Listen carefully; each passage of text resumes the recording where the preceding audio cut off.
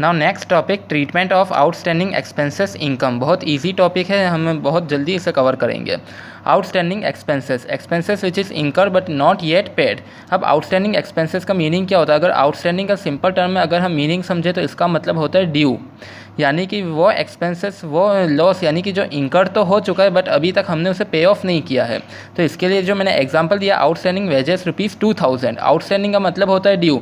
Suppose अगर मेरे factory में जो भी लेबर्स वर्क कर रहे हैं, जॉब कर रहे हैं, तो मैं उसे पर मंथ ₹2000 पे करता हूँ एज अ वेजेस। तो यानी 2000 पर मंथ में पे कर रहा हूँ, यानी कि टोटल 12 मंथ्स की वेजेस देखें तो कितने होंगे?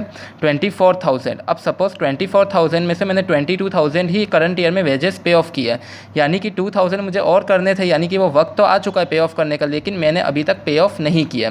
तो इसका ट्रीटमेंट हमारे बुक्स ऑफ अकाउंट में किस वे में होगा? Wages account debited to outstanding wages account. अगर मान लो 2000 अभी मैंने पेमेंट नहीं किया, लेकिन आने वाले फ्यूचर में कभी ना कभी तो मुझे 2000 पे ऑफ करने ही है, ये तो कंफर्म है, कभी ना कभी तो करने ही होंगे।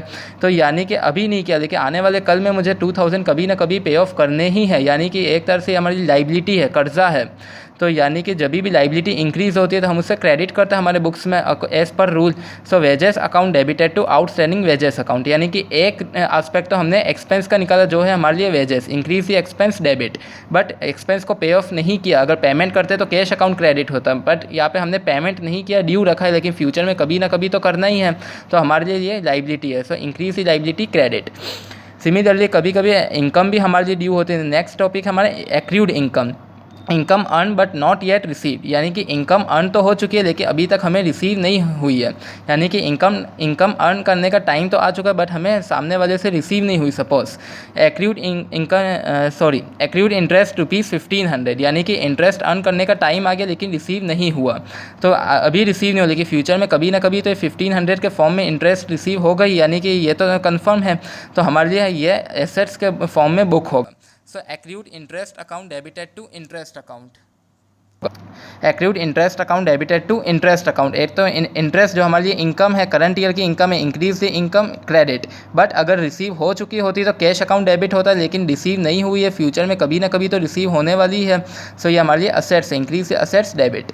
Now next, prepaid expense, expenses which is paid in advance, यानी कि अभी तक तो वक्त भी नहीं आया एक्सपेंस को पे ऑफ करने का और हमने एडवांस में पेमेंट करके रखा है। सपोज प्रीपेड रेंट ₹500, यानी कि रेंट पे ऑफ करने का अभी तक टाइम नहीं आया है, वो वक्त नहीं है, लेकिन मैंने अभी से ये ₹500 एडवांस पे ऑफ कर दिया, यानी कि जब भी हम एक्सपेंसेस को एडवांस पे ऑफ करते हैं, यानी कि वो हमारे बुक्स ऑफ अकाउंट में एसेट्स के फॉर्म में बुक होता है।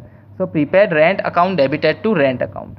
Next, income receive in advance, amount receive against which sales will be made later is known as income receive in advance, यानी कि इनकम रिसीव इन एडवांस मतलब कि income को अर्न करने का टाइम नहीं आया, अभी वो वक्त नहीं आया, लेकिन उससे पहले ही हमें अगर इनकम रिसीव हो चुकी है, तो इसका मतलब ये है हमारे लिए एक तरह से लाइबिलिटी है। जैसे एक्सपेंस को एडवांस में पे ऑफ करना मतलब असेट्स, उसी तरह अगर हम इनकम को सामने वाले से एडवांस में रिसीव करें तो इसका मतलब ये हमारे लिए लाइबिलिटी है, क्योंकि अभी तक वो टाइम आया नहीं है अर्न करने का, देखिए एडवांस में ही हमें रिसीव हो चुका है। तो रेंट रिसीव इन एडवांस ₹1000।